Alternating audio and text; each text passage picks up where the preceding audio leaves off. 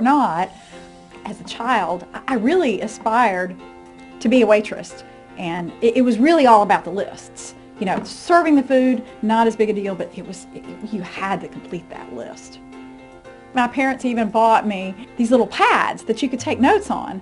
And they got them at some garage sale for like a nickel or something. And so, you know, when I opened up the Christmas present, there was all these, you know, old note-taker waitress pads, and that was the birth of it right there. I was like, oh, I could be a waitress, and I could just take their order, and I can write down everything that you want, and I'll bring whatever you need, but just give me the list, and I will help you find whatever it is that you want. The waitress.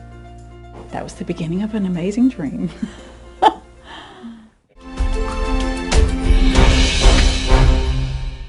So I never knew that I had a talent to do this whatsoever. Totally fell into the job. One of my first interviews was with a guy that he scared me to death when I walked in his office. I mean, he made me so nervous. I mean, my heart was going, and I just, you know, I was trying to be, you know, this little college girl and be all professional, but I was just falling apart underneath. And I was like, if I can get through that, I'm going to be a better person if I can do that. And he just happened to be a financial planner, not a broker, well ahead of his time. A month later, I had fallen in love with this new thing called financial planning. They don't teach you that stuff. You know, 20-something years ago when I was in college, they didn't have courses for any of that back then. But I absolutely knew I was in the right place at the right time, that I had been guided. And, you know, today I'm very much there for a reason.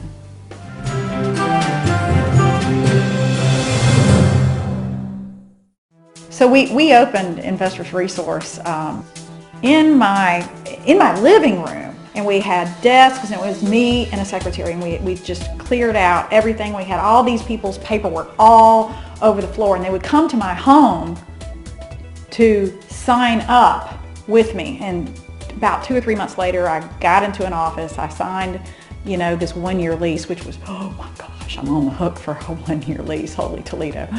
It just took forever to hit a certain bar.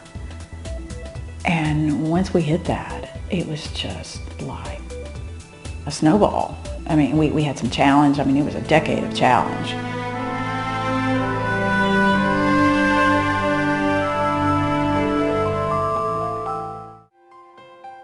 By far, one of the biggest challenges I have ever had to face was the financial crisis of 2008. What we learned is it's all about relationships.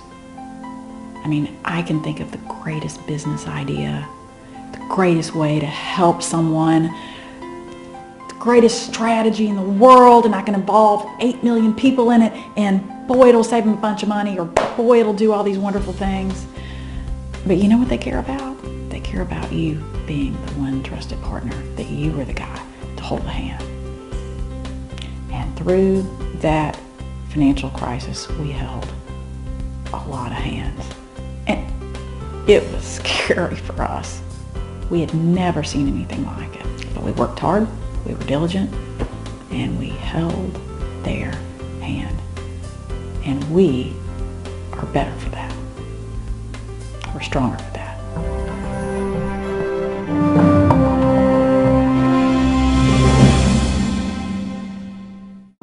The future of our business is helping people see open the next chapter, to really tap within themselves all of the resources to take care of their families, to improve lives. Friends and family, I mean, that's been the secret to our growth. It's one of my favorite stories. A guy in one of my service clubs comes up and he said, I want you to meet with me and my wife. I want you to be there because I'm not going to be one day.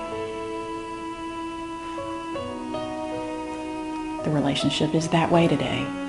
He died of cancer 2 years later. She's with us. Her family's with us.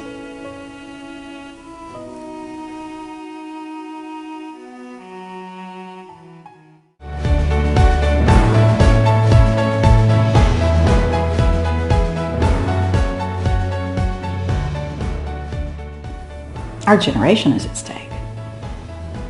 The torch is being passed. We have never in our history had the amount of wealth that is about to pass from one generation to the next. There's never been such a huge difference between the haves and have-nots. And it absolutely is, I believe, the calling of our generation to fix this. It wakes me up in the morning, it drives how we do business. It's all about that commitment to the person. It's about commitment. It's not about the commodity of investing.